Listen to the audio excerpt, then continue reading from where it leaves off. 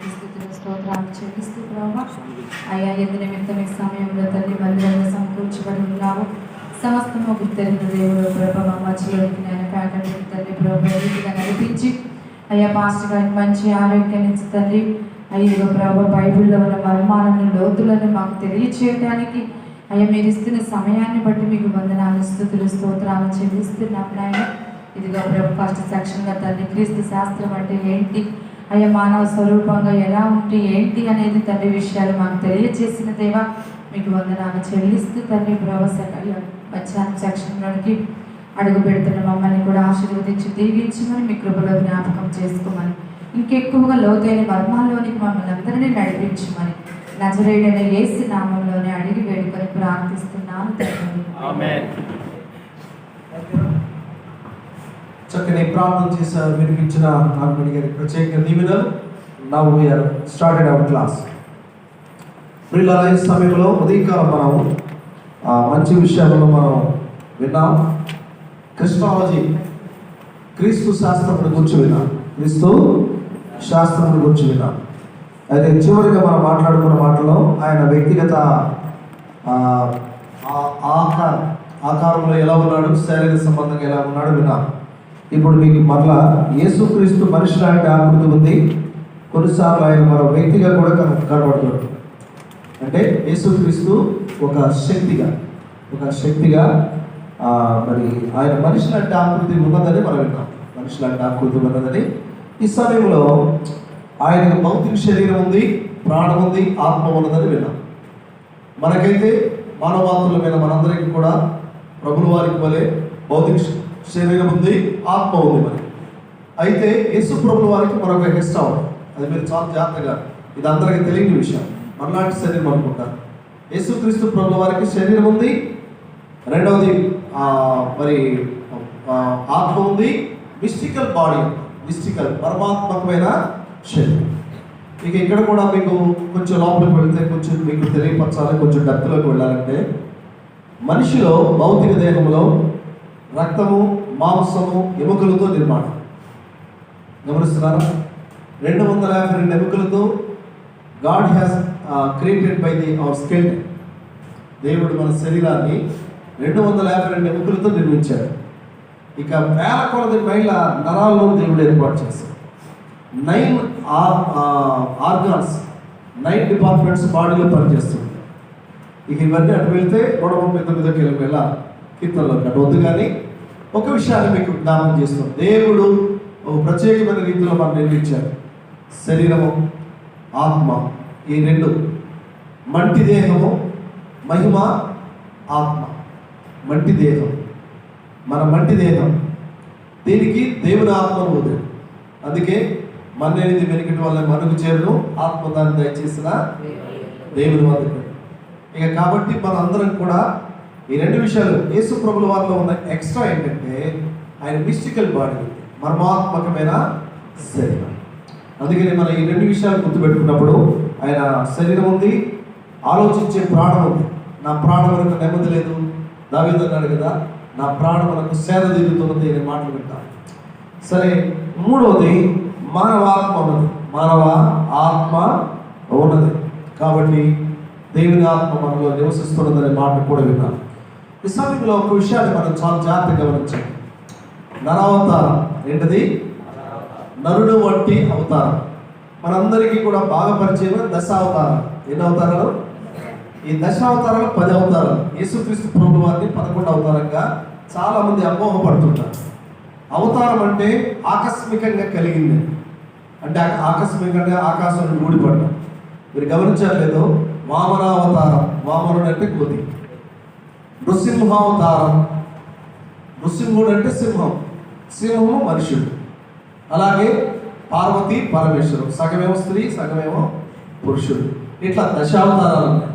యేసుక్రీస్తు ప్రభుల వారి అవతారం, ఆయన మరి నరావతారిగా వచ్చిన ఆ విధంగా కలగల. నృసింహుడు ఎక్కడి నుంచి ప్రహ్లాదుడు అడుగుతాడు, తండ్రి ఎందుందే వెతికిన అందుందే గలడు నారాయణుడు అని చెప్పాడు. ఎక్కడో చూపించరా ప్రహ్లాదాన్ని అడిగితే దానికి స్తంభం పగల కొట్టుకొని బయటకు వచ్చినట్టు గమనించారు. అంతేనా? కానీ యేసుక్రీస్తు ప్రభుల వారి అవతారం అలాగూ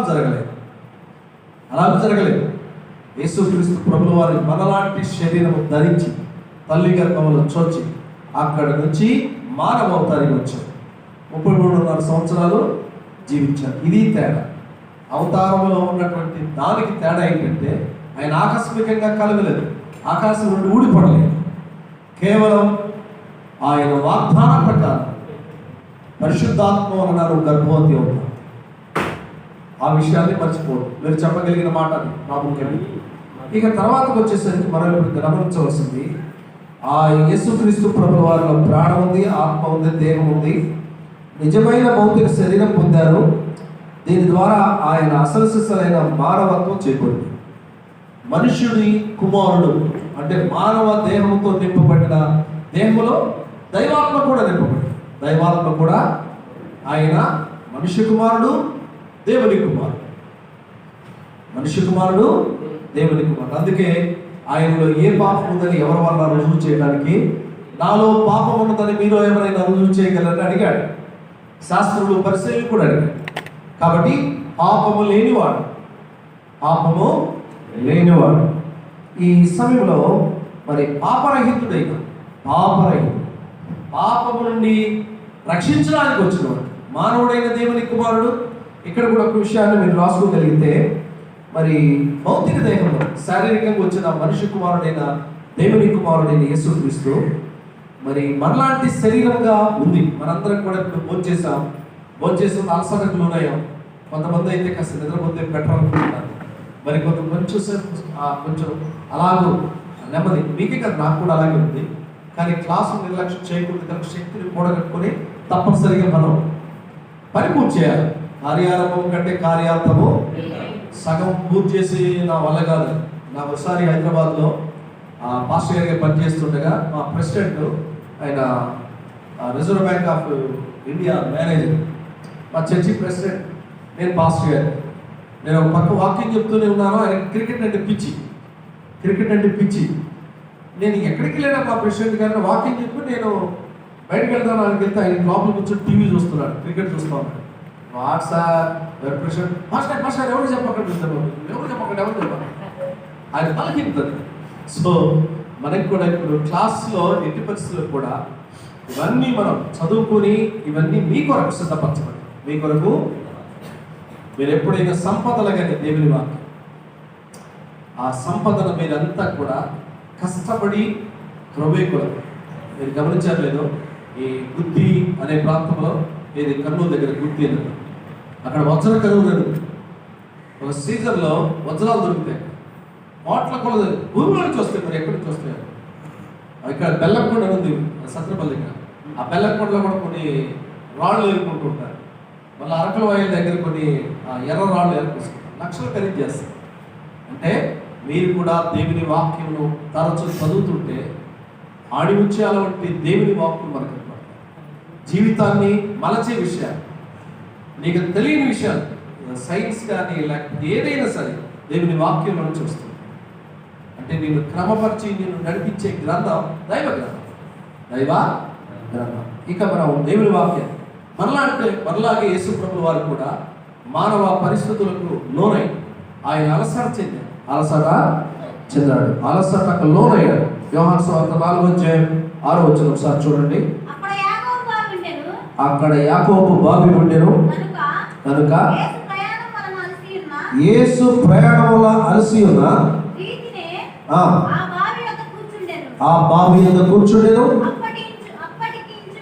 అప్పటికి ఇంచుమించు 12 మిట్ట మధ్యాహ్నం సమరయ స్త్రీ ఆ బావి వద్దకు నీళ్లు చేరుకోవడానికి వచ్చింది. ఇక్కడ విషయం ఏంటంటే, వీరు కూడా శిష్యులు ప్రభువు వారు అలసిపోయారు. పర్టికులర్గా యేసు ప్రభువు ఆయన అలసిపోయి దాహమునకు తాగడానికి అక్కడికి వెళ్ళారు. అమ్మా దాహమునకి ఇవ్వగలవా అంటే, అయ్యా మీరు మేమేమో సమరయలో, మీరేమో యూదులు, మమ్మల్ని ఎలాగ అడుగుతున్నామయ్యా అని చెప్పి అడిగింది. దీన్ని బట్టి దాహమునకు అలవాటైంది కనుక మానవ శరీరధారిగా అలసటకు లోనైనట్టు గుర్తుపెట్టాడు. కానీ శారీరకంగా అలసిపోయి దాహమును అడిగాడు సమరయ స్త్రీ.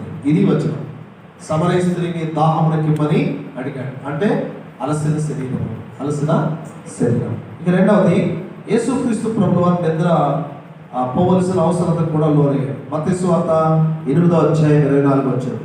మత్తయి సువార్త 8వ అధ్యాయము 24వ వచనం. మత్తయి సువార్త 8వ అధ్యాయం 24వ వచనం. అంతటా సముద్రం మీద తుఫాను లేచినందున ఆ దోణె అలల చేత కప్పబడెను. అప్పుడైనా నిద్రించుచుండగా వారు ఆయన ఎద్దుకు వచ్చి, ప్రభువా నశించిపోతున్నాము, మమ్మల్ని రక్షించమని ఆయనను లేపిరి. అంటే నిద్రించుచున్నాడు. మానవ శరీరధారి ఈయన కూడా అలసటకు గురయ్యి నిద్రకు ఉపక్రమించాడు. ఆ దోణిలోనే దోణి అమరమును తలవాల్చి నిద్రించుచుండగా, దోణి అమరమున అంటే ఈ 3 విషయాలు.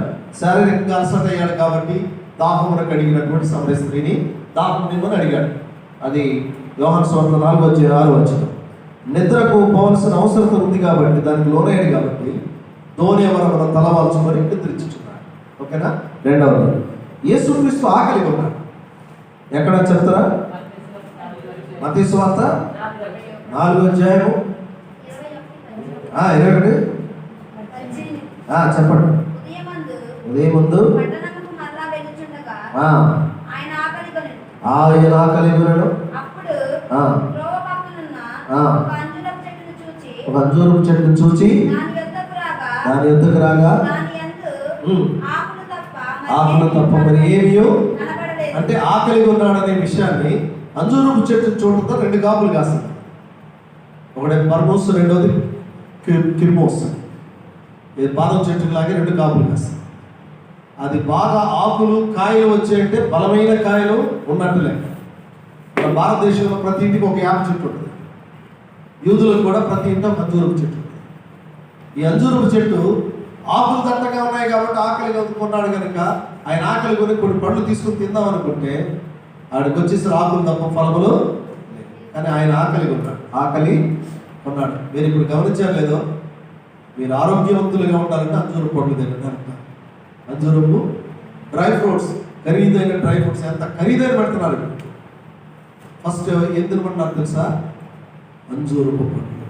అంజూరపు మానవునికి రక్త పుష్టించే 4 ఫలాలు ఉంటాయి.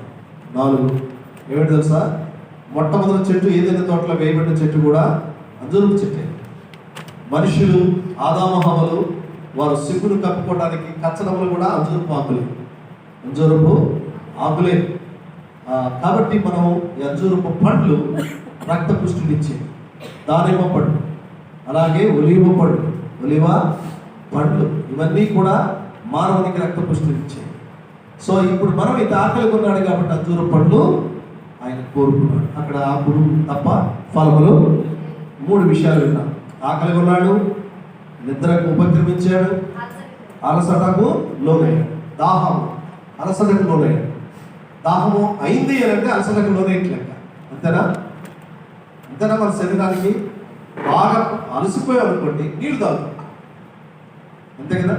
నేను గుర్తుపెట్టుకోండి. ఇక 4వది దాహం ఉన్నాడు. ఏంటది? యోహాను సువార్త 19వ అధ్యాయం 28వ వచనం.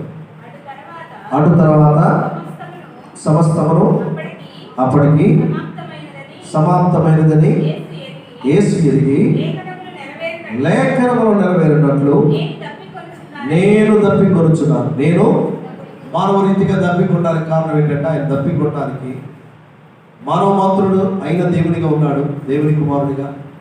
రాత్రి 12 గంటల కాలం పట్టబడ్డ వ్యక్తి సిలువలో ఆయన చనిపోయేంత వరకు ఎక్కడ ఒక చోట కూర్చొని ఒక చుక్క నీరు కూడా తాగలేదు. గమనిస్తున్నారా? మాట అర్థమవుతుందా? రాత్రి 12 గంటలకు పట్టబడి అరెస్ట్ అయ్యాడు.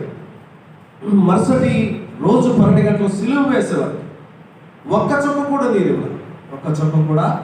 నీరు ఇవ్వాలి. నేను దప్పికొనుచున్నాను.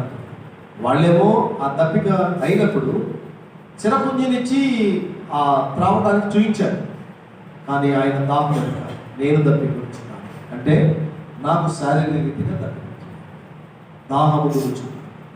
కాబట్టి ఇది 4వదిగా మీరు రాసుకుంటే దాహము కొనిన యేసు. ఇక 5వది చూస్తే బాధ వేదనను అనుభవించాడు.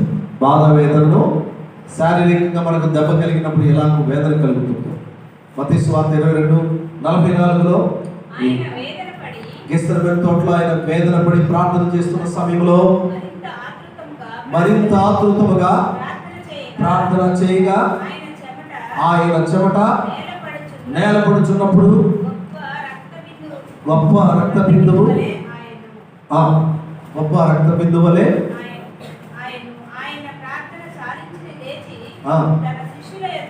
రక్త బిందువు వలె స్వేదము కింద పడింది. ఆయన చెమట రక్త బిందువుగా మారి, అంటే వేదన.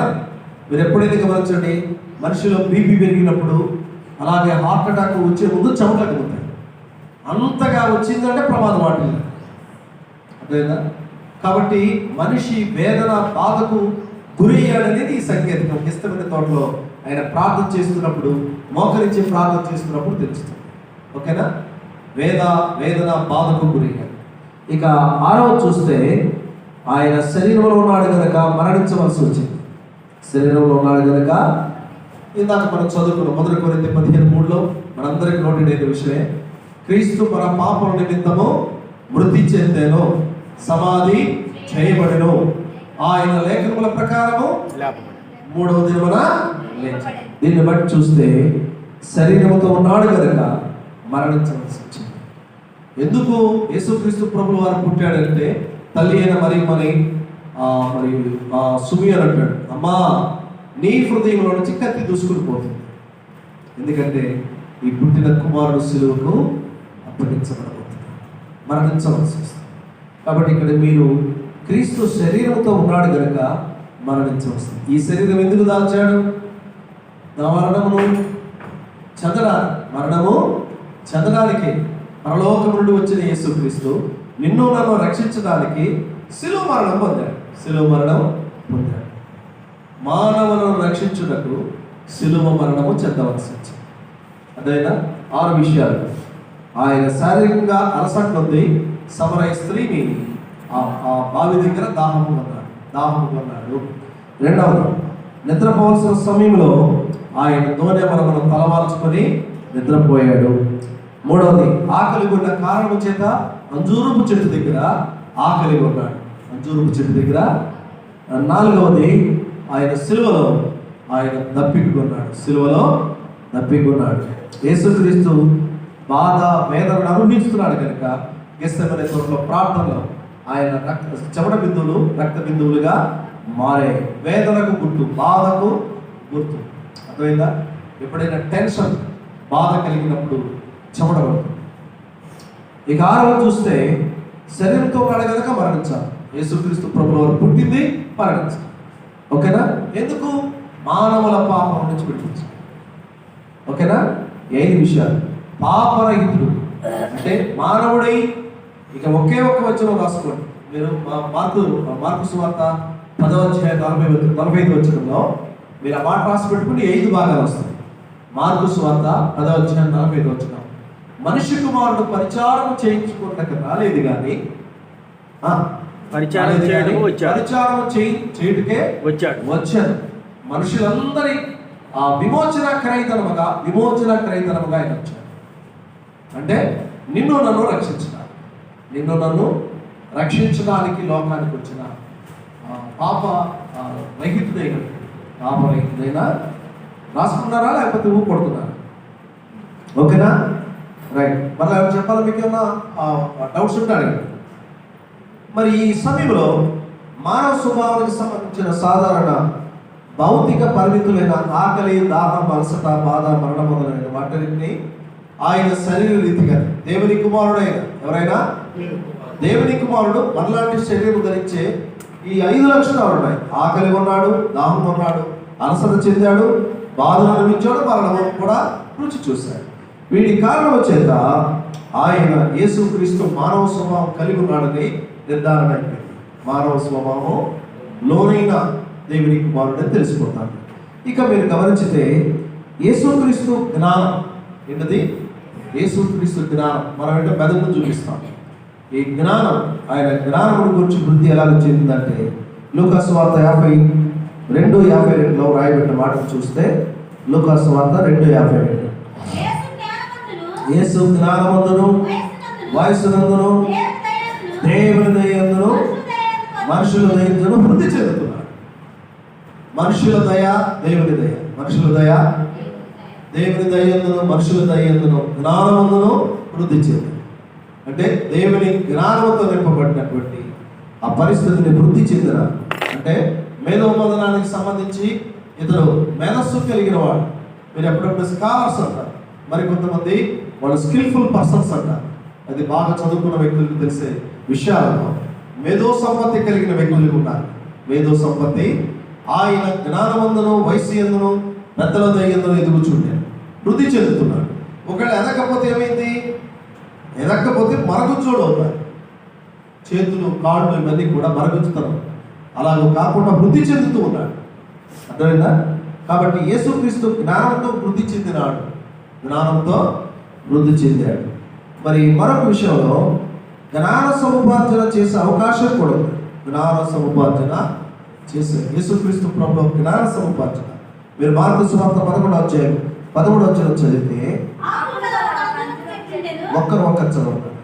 అమ్మా, ఆకులు గల ఒక అంజూరపు చెట్టును దూరం నుండి చూచి దాని మీద ఏమైనా దొరుకునని వచ్చెను. దాని ఎదురుకు వచ్చి చూడగా ఆకులు తప్ప మరి ఏమీ.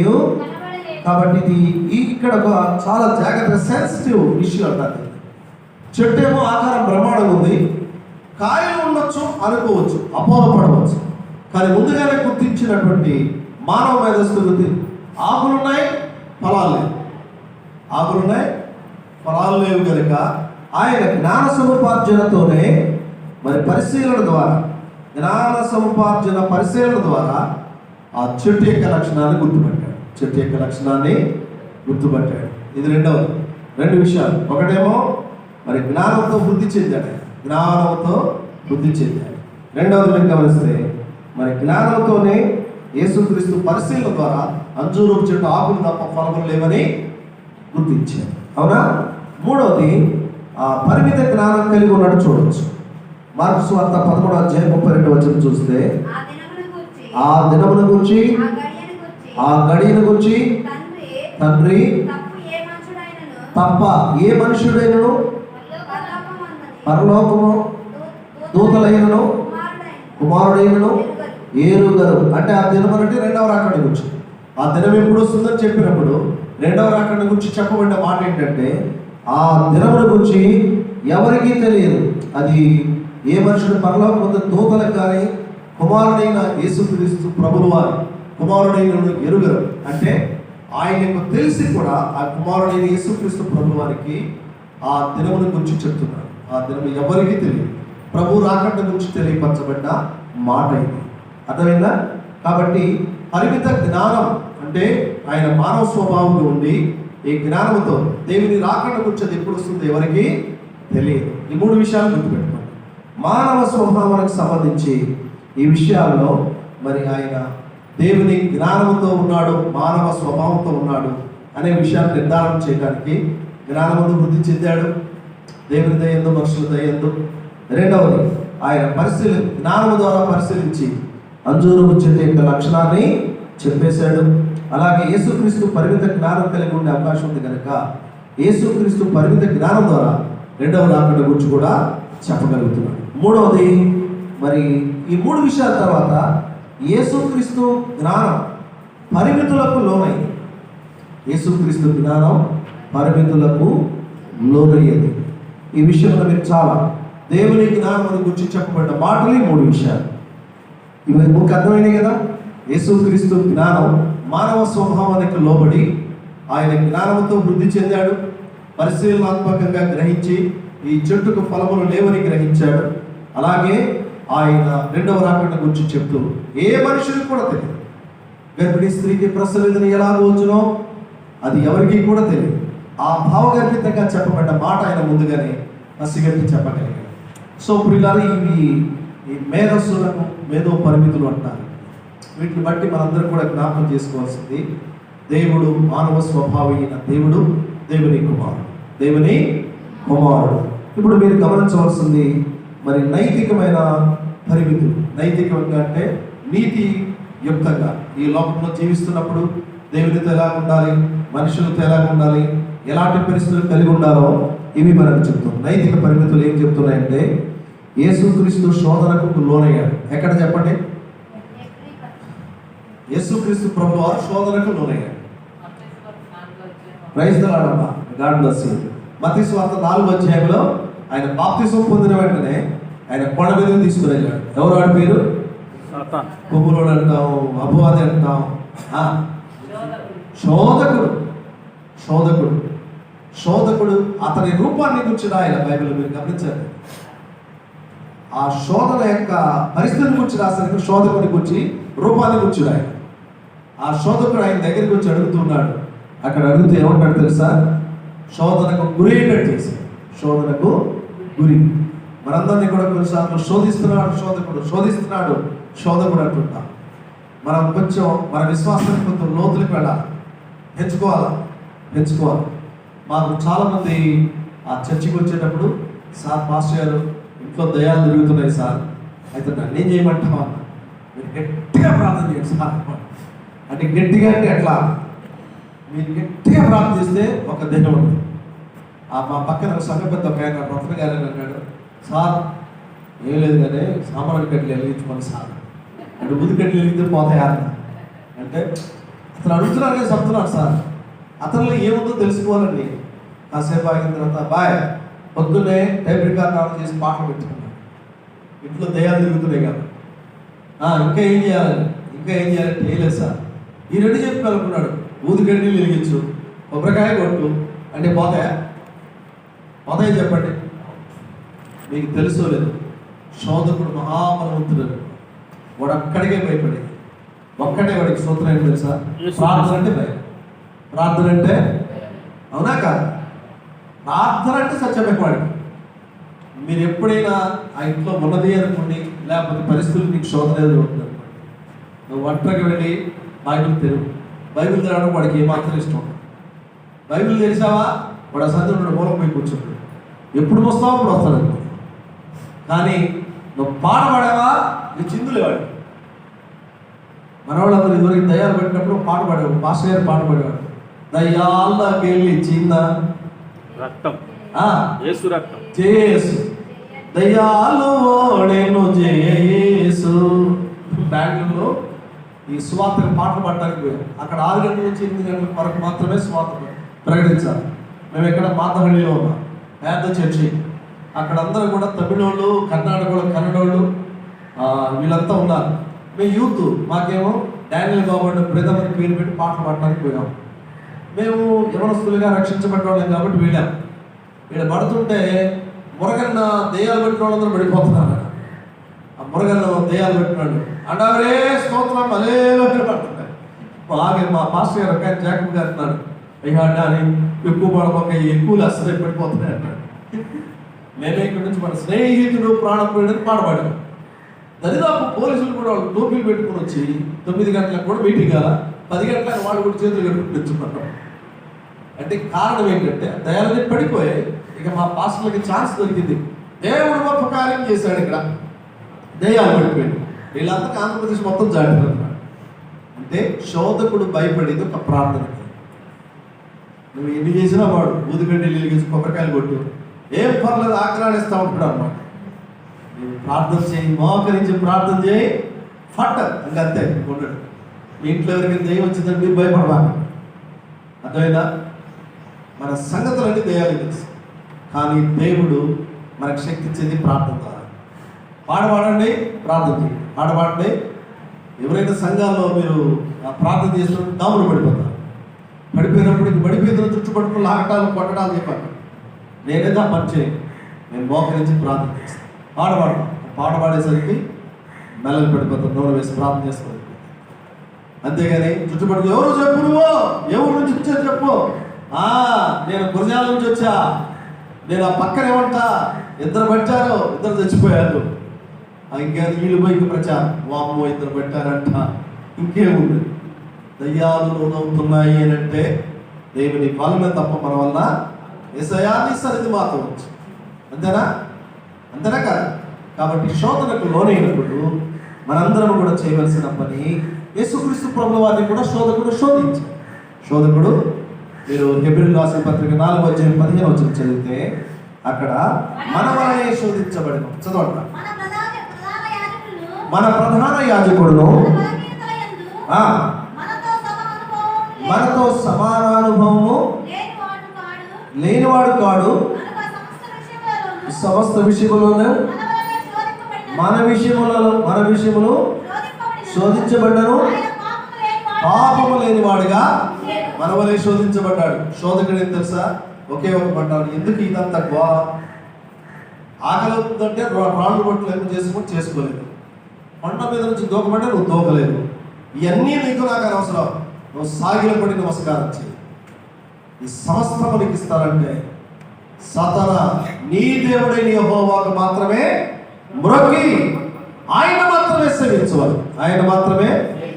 నువ్వు గణపతి దండం పెడతాడ. ఇప్పుడు ఈ రోజున గణపతి పప్ప మోరియా ఎవరు? గణపతి పప్ప అసలు ఎవరు తెలుసు మీకు? అసలు దయ్యాల నాయకుడు. ఆయన పేరు గణపతి. ఎవరు? దయ్యాల నాయకుడు. 9 రోజులు తప్ప ఎవరు వచ్చాడు ఆ బజార్లో? 9 రోజులు తప్ప ఆ దేశంపై మనం జల్లు కలుగుతారు. ఎవరయ్యా అంటే గణపతి అంటే దయ్యాల నాయకుడు, వినాయకుడు. ఎవరు అంటే దెయ్యాలన్నీ కూడా ఇతని నాయకత్వంలో ఉంటాయి. అందుకే నీకు నాయకుడికి మొరపెట్టుకుంటున్నావు. వీళ్ళందరినీ అదుపులో ఉంచగలిగిన వాడు దేవాది దేవుడు. ఎవరైనా అందుకే నీ నాయకుడి దగ్గర బాబాబుడు. మీరు ఎవరి దగ్గరికి? తెలిసినవాడు ఎవడు వాడు, తెలియకనే ఎవడు ఒకటి దేవుడు లేవు. వాడు దేవుడో దెయ్యమో మాకు తెలుసు. ఈ బజార్లో పెట్టి మీరు గమనించాలని మహారాష్ట్ర లాతూర్లో అక్కడ స్టార్ట్ అయింది వినాయక భజన సమితి. ఎంత బయలుదేరింది. లాతూర్లో దేవుడు కోపాగ్ని కురిపించాడు. భూకంపం వచ్చింది.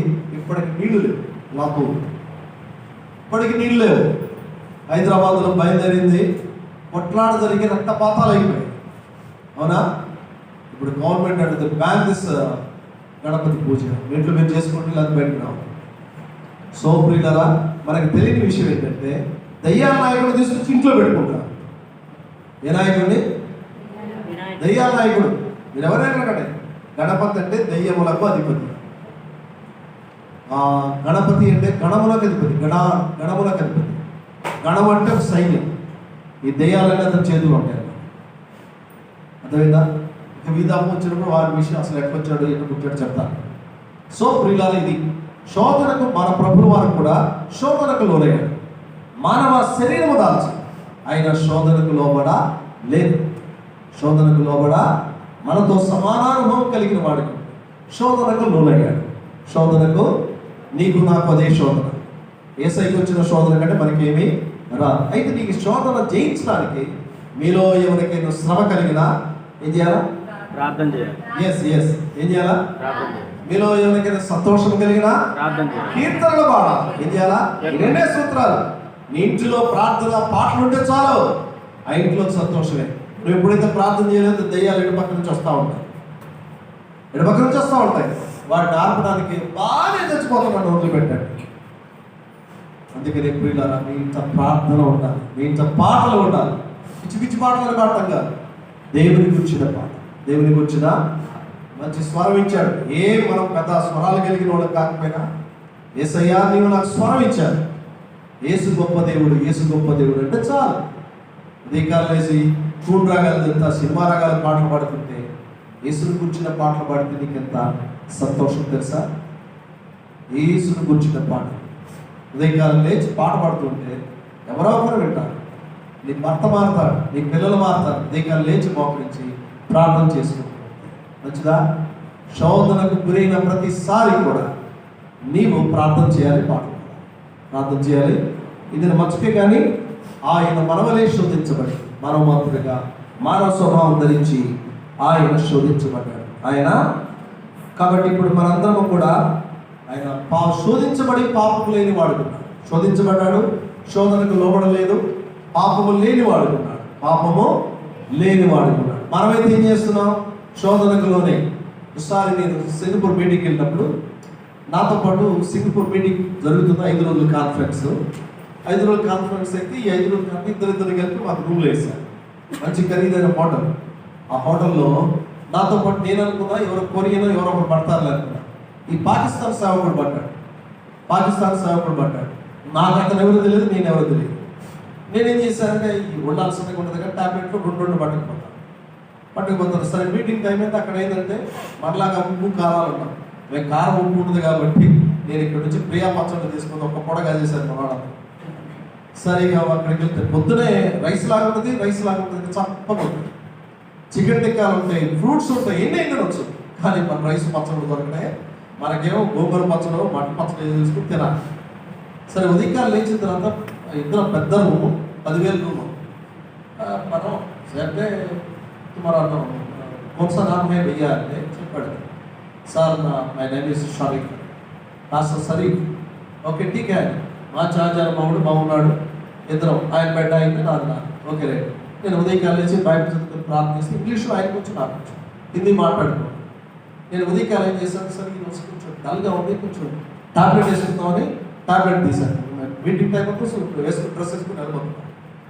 వేసుకోబోతున్నాను క్యా హై ఏమో అన్నా టాబ్లెట్ అయినా గిరిగానో అన్నా కింద పడిపోయింది కదా అన్న.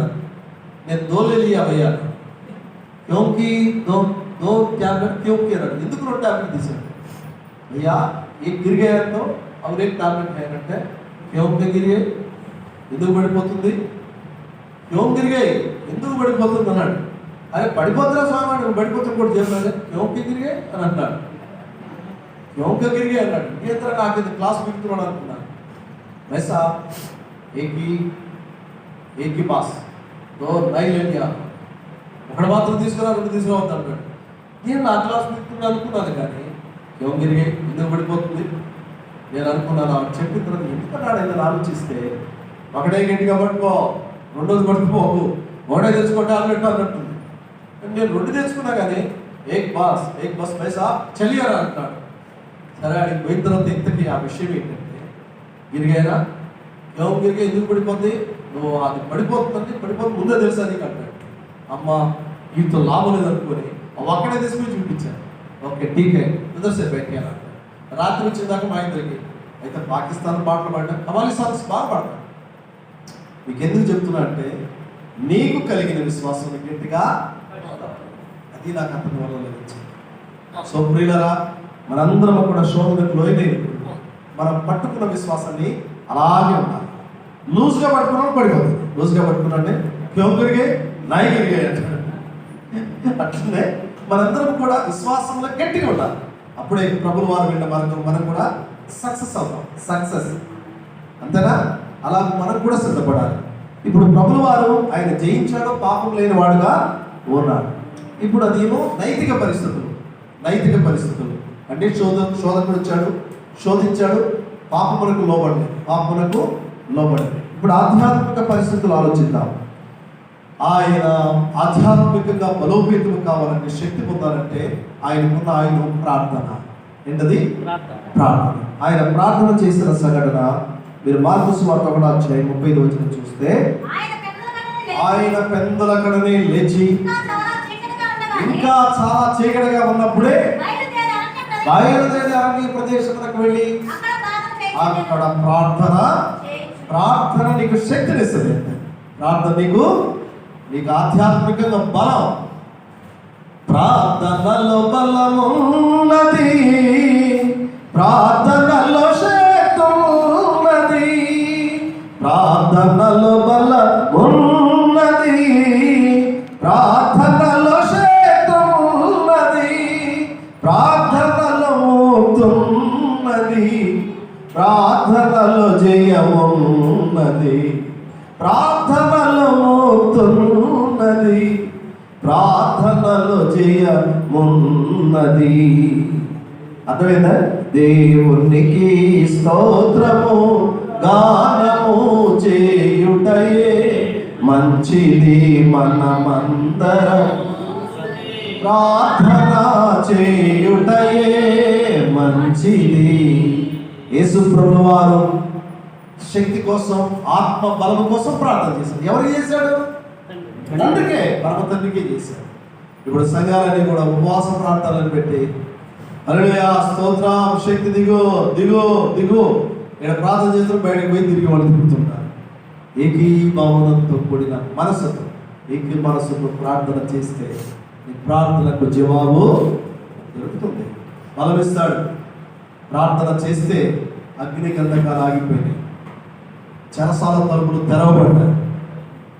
సంఘం అత్యాశక్తిగా ప్రార్థన చేయాలి. ప్రార్థనలో బలం ఉంది. ఏముంది? బలం. నీ ఇంటిలో శోధన ఉందా? ప్రార్థన చేయి. నీ సంఘం బలోపేతం కావాలో ప్రార్థన చేయి. దేవుడు నీ ప్రార్థనకు జవాబు ఇస్తాడు. అంతే. కాబట్టి పెద్దల కడమే లేచి ఆయన వెళ్ళి ప్రార్థన చేశాడు.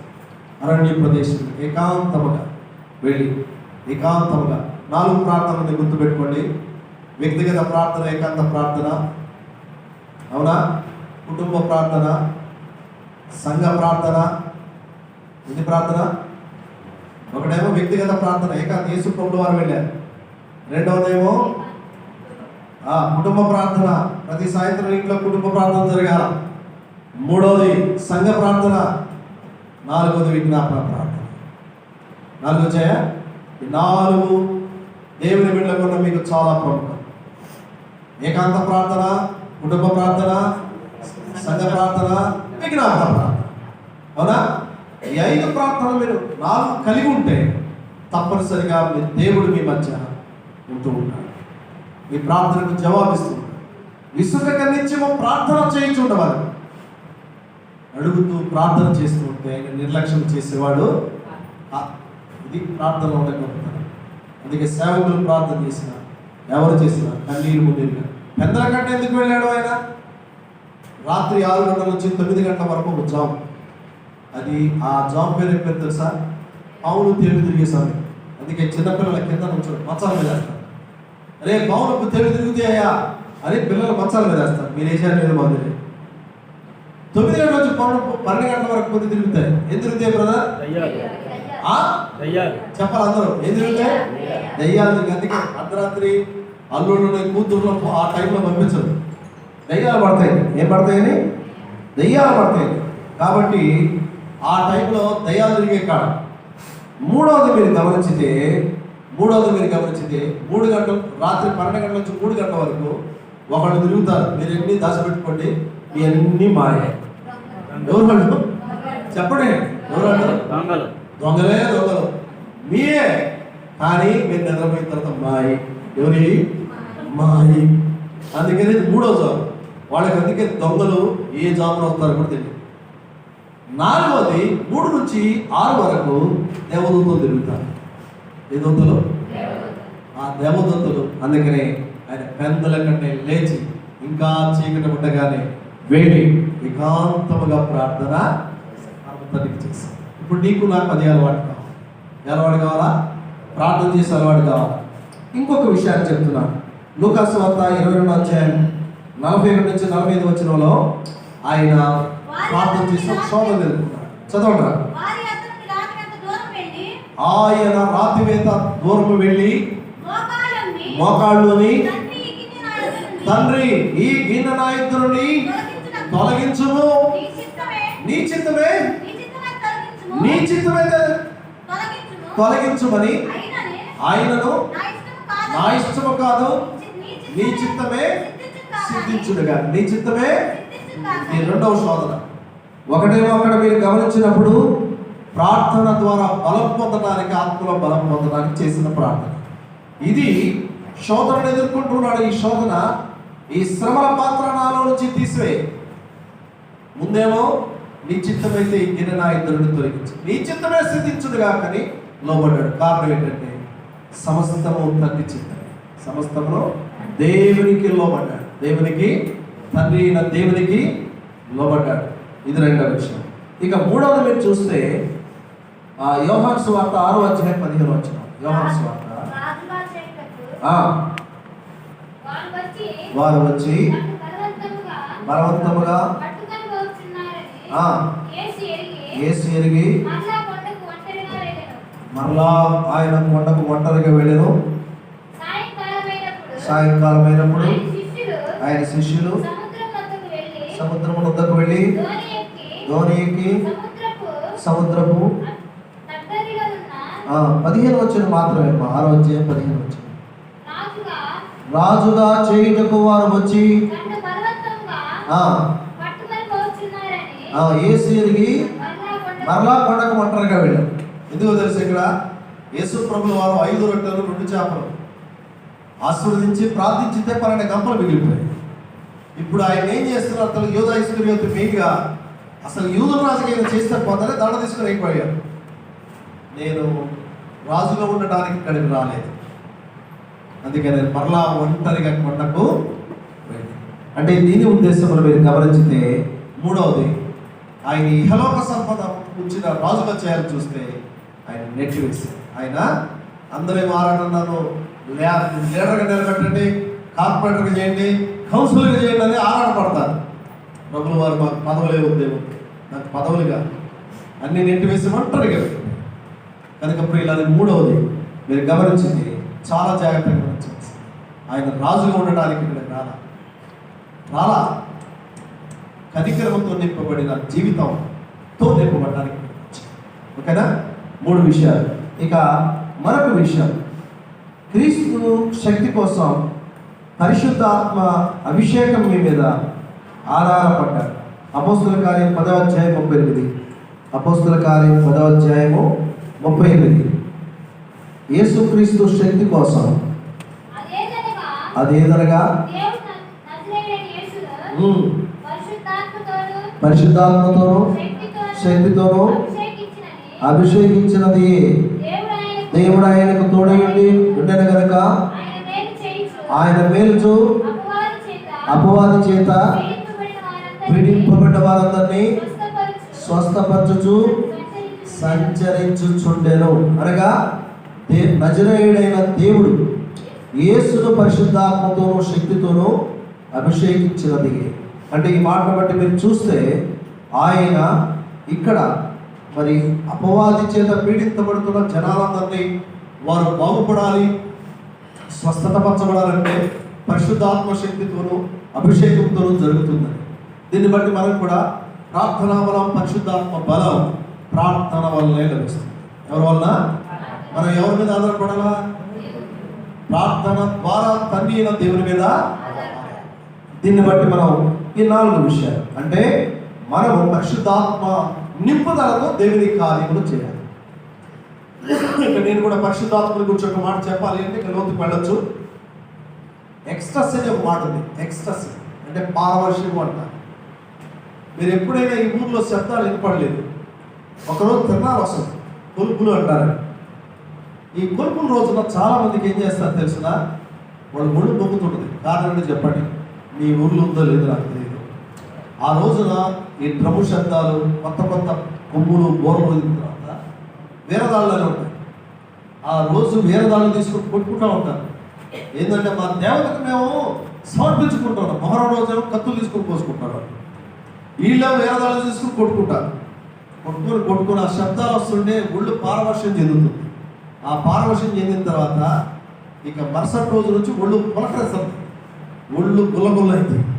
ఇప్పుడు ఈ బాధను తట్టుకోలేక ఏదిరా అంటే ఈ మద్దుతో సారాయితో పుల్లుని నింపి మరుసటి రోజు దేవత పేరుతో ఇంకా అక్కడ మొదలెడతారు సారాయి. మరి ఎక్కడొచ్చింది అంటే ఆ శబ్దాలకు ఎక్కడ కూడా మనం ఎవరైనా బ్రహ్మ శబ్దాలు లేకపోతే ఏదైనా వస్తున్నాయి అనుకోండి, వీళ్ళు తలకాయ ఊపుతుంటారు, ఊపు అంటుంటారు, కాళ్ళు ఊపుతుంటారు, కొంతమంది ఎగరలను ఎగురుతారు.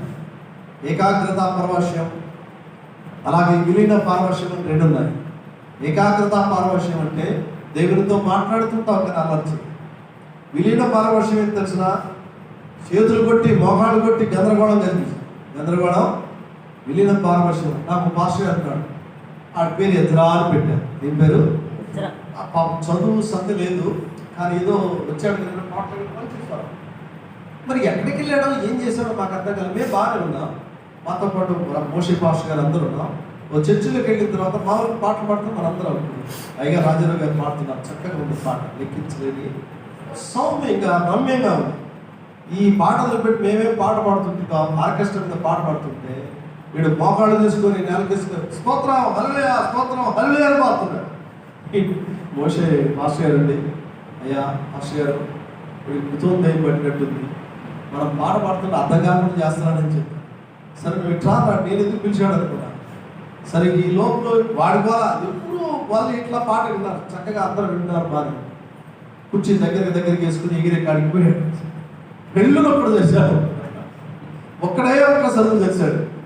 ఒక్కసారి చూశాడు, ప్రార్థన అయిపోయిన వరకు కదిలేవా అన్నట్టు అంటాడు. భోజనాలు కూడా రాలా అంటాడు. మరి ఎప్పటిదాకా ఎగిరింది ఏమైపోయింది? ఈ గోల దెబ్బకి ఏమీ వినపడలేకపోతాడు.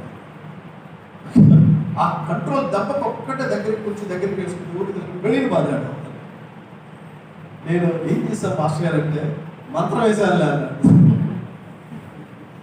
నీకు ఏకాగ్రత పారవశ్యం అంటే ప్రార్థనలో కూర్చో, పాటలు పాడు, దేవుని గురించి గణపరచు, అల్లరి చేయి. అల్లరి పరిశుద్ధాత్మ అల్లరికి కర్త, అది గుర్తుపెట్టుకోండి. సో పిల్లలు ఇక్కడ ఈ విషయాన్ని కూడా మీరు గమనించితే యేసుక్రీస్తు ప్రభువు వారు ఆత్మ బలం కోసం ప్రార్థన చేశారు. అలాగే ఆయన దేవుని మీదే ఆధారపడ్డాడు, దేవుని మీదే ఆధారపడ్డాడు. ఈ విషయాన్ని మనం కూడా ఇప్పుడు అపవాది చేత పీడించబడుతున్న వ్యక్తులందరినీ బాగు చేయాలంటే ప్రార్థన బలం కావాలి. ఏ బలం? యంత్రాలు తంత్రాలు ఇవ్వకండి. మన వాళ్ళు కూడా కర్చీఫ్లు నూనెలు అమ్మాకండి. అవునా? నూనెలు ఇప్పుడు ఎన్ని పెద్ద గోల అవుతుంది, హిందువులకు దొరుకుతున్నాయి. కర్చీఫ్లు ఎందుకు? కర్చీఫ్లు ఏం లేదు, నూనె బాటిల్ లేవు. యేసయ్యలో ఎవరిలో ఉంది? ప్రార్థనలో. మీకు అది ఇస్తే అది వాగొట్టి కర్చీఫ్ నమ్ముకోండి ఏం చేస్తున్నారు, చాలా తప్పు. మీరు కొంతమంది అలవాటు ఉంటే అలవాటు మానుకోండి, వాక్య ప్రకారంగా వెళ్ళండి. ఓకేనా? ఇక చివరిగా మీకు యేసుక్రీస్తు ప్రభువు వారు ఐహిక శక్తుల మీద తన వినియోగంలో మానవ పరిస్థితులను పరిధులకు లోనయ్యాడు. తన ఐహికమైన శక్తులు ఉన్నాయి కదా, ఐహికమైన ఇహలోకంలో కొన్ని శక్తులు ఉన్నాయి. వాటి మీదకు మరి మానవ పరిస్థితులకు పరిధులకు లోనయ్యాడు. కాబట్టి తనకు తాను ఇతరులు పెట్టిన మానవ సంబంధమైన పేరు ఇక్కడ మీరు గమనించి యేసుక్రీస్తు ప్రభువు వారికి ఆయనకి పెట్టిన పేరు అవి ఏమేంటి అంటే మొదట యేసు. ఆయనకి ఏం పేరు? యేసు. మత్తయి సువార్త 1:27 వచ్చిన అందరికీ నోటెడ్ అయిన విషయం. ఎవరైనా యేసు అన్నమాట మత్తయి సువార్త 1:27 ఉంది. ఆయనకి యేసు అని పేరు పెట్టమని. యేసు అన్నమాటకు రక్షకుడు అని అర్థం. యేసు అంటే రక్షకుడు అని అర్థం. మొదటిది.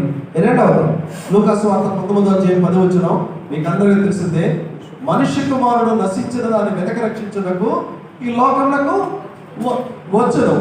రెండవది మనుష్య కుమారుడు యేసు, రెండవది మనుష్య కుమారుడు. మూడవది అపోస్తలుల కార్యం 2:22 నజరేయుడైన యేసుని గురించి మాట్లాడారు. ఎవరైనా నజరేయుడా, ఇది చదువుకోండి కొంచెం మీకు కష్టంగా ఉంటే. 2:22 అపోస్తలుల కార్యం 2:22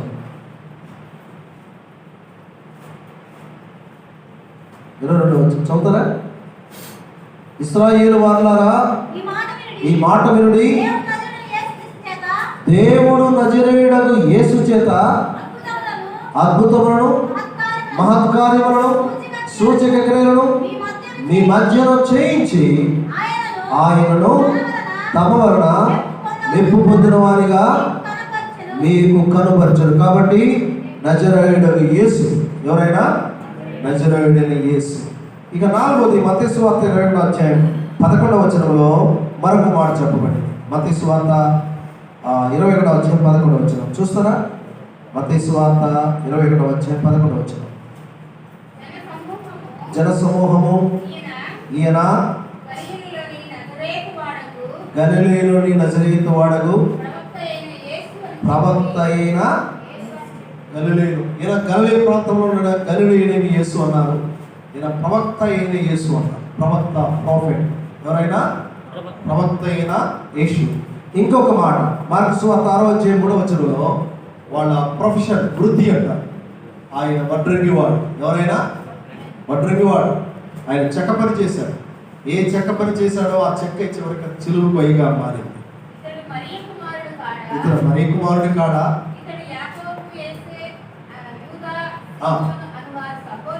అని సహోదరుడు వడ్లవాడు కాడ, వడ్రంగివాడు. ఎవరైనా వడ్లవాడు కాడ అంటే వడ్రంగివాడు. ఇంగ్లీష్ బైబిల్లోనేమో carpenter. Jesus Christ is a great carpenter. ఆయన శిల్పి. కాబట్టి వడ్రంగివాడు కాదు. ఇక చివరిది యేసుక్రీస్తు నరుడు. యేసుక్రీస్తు దేవునికి మనుషులకు మధ్యవర్తి ఒక్కడే, ఆయన యేసుక్రీస్తు. ఎవరైనా యేసుక్రీస్తు. ఇప్పుడు ఈ 5 ఆయనకు పెట్టబడిన పేర్లు: యేసు, మనిషి కుమారుడు, నజరేయుడైన యేసు, ప్రవక్త, వడ్రంగివాడు, యేసుక్రీస్తును నరుడు. యేసుక్రీస్తును నరుడు. కాబట్టి ఈ సమయంలో చివరిగా మనము దేవుడు తనకు అనుకున్న మానవ సంబంధాన్ని మార్కు సువార్త 15:34, యోహాను సువార్త 20:17 యేసుక్రీస్తు ప్రభువు వారు మానవ సంబంధాన్ని పరమ తండ్రి అయిన దేవునితో ఎలా పోల్చాడో చూడవచ్చు. మార్కు సువార్త 15:34 అలాగే యోహాను సువార్త 20:17 ఈ రెండు పోలిస్తే ఒక ఆధ్యాత్మిక సత్యం మనకు తెలుస్తుంది. చూడండి, ఒకరు చదవండి. మార్కు సువార్త 15:34. మార్కు సువార్త 15 3 గంటలకు యేసు ఏలోయి ఏలోయి లామా సబాక్తని అని బిగ్గరగా, ఏలోయి లామా సబక్తాని, ఏలోయి లామా సబక్తాని, నా దేవా నన్నెందుకు చేయవచ్చు. ఆ పదం అలాగే పెట్టారు. ఏలోయి లామా సబక్తాని అనే మాట కంటే, నా దేవా తండ్రి అయిన దేవుని, నా దేవా నన్నెందుకు చేయి విడిచారు. ఇప్పుడు యోహాను సువార్త 20:17 చూస్తే అక్కడ కూడా ఒక మనిషిని చూద్దాం. యేసు నేను ఇంకనూ తండ్రి ఎందుకు ఎక్కిపోలేదు కనుక నన్ను తాకవద్దు. ముందు పెట్టాలి, పాదాలు తాక. మగ్దలేన మరియ అపవిత్రాత్మ వదిలిపెట్టినప్పుడు ఆయన పాదాల మీద పడింది కనుక అలాగే వచ్చి ముందు పెట్టుకోబోతుంది. నేను మహిమ దేహంతో ఉన్నాను. ఏ దేహంతో? ఇదేంటి గుర్చుకే విషయం. ఆయన మానవ మాత్రుడిగా ఉండి తండ్రికి మొరపెట్టాడు. మహిమ దేహంతో ఉండి నన్ను తాకవద్దని మగ్దలేన మరియకు చెప్పుచున్నాను. ఈ 2 విషయాలు మీరు చాలా జాగ్రత్తగా గమనించవలసింది. యేసుక్రీస్తు మానవావతారం ఎత్తి లోకానికి వచ్చి మానవ శోధనలన్నింటినీ జయించాడు. ఇప్పుడు ఈ రూపుగా వెళుతున్నప్పుడు ఆయన దేవుని కుమారుడిగా ఉండి శ్రమ పడుతూ తండ్రి అయిన దేవుని, నా దేవా నన్ను ఎందుకు చేయి విడిచామని ప్రార్థన చేశాడు. ఆ మహిమ దేహంతో వచ్చిన తర్వాత, ఆయన పునరుత్థానమై లేచిన తర్వాత మొట్టమొదటి మగ్దలేన మరియకు కనపడి, నేను మహిమ దేహంతో ఉన్నాను, నన్ను తాకు. ఈ రెండింటిని బట్టి మీకు తెలిసిన విషయంలో ప్రియ దేవుని పిల్లలారా, నా మాటలు ముగిస్తూ ఉన్నాను. యేసుక్రీస్తు ప్రపంచంలో కేంద్ర శక్తిగా మారాడు.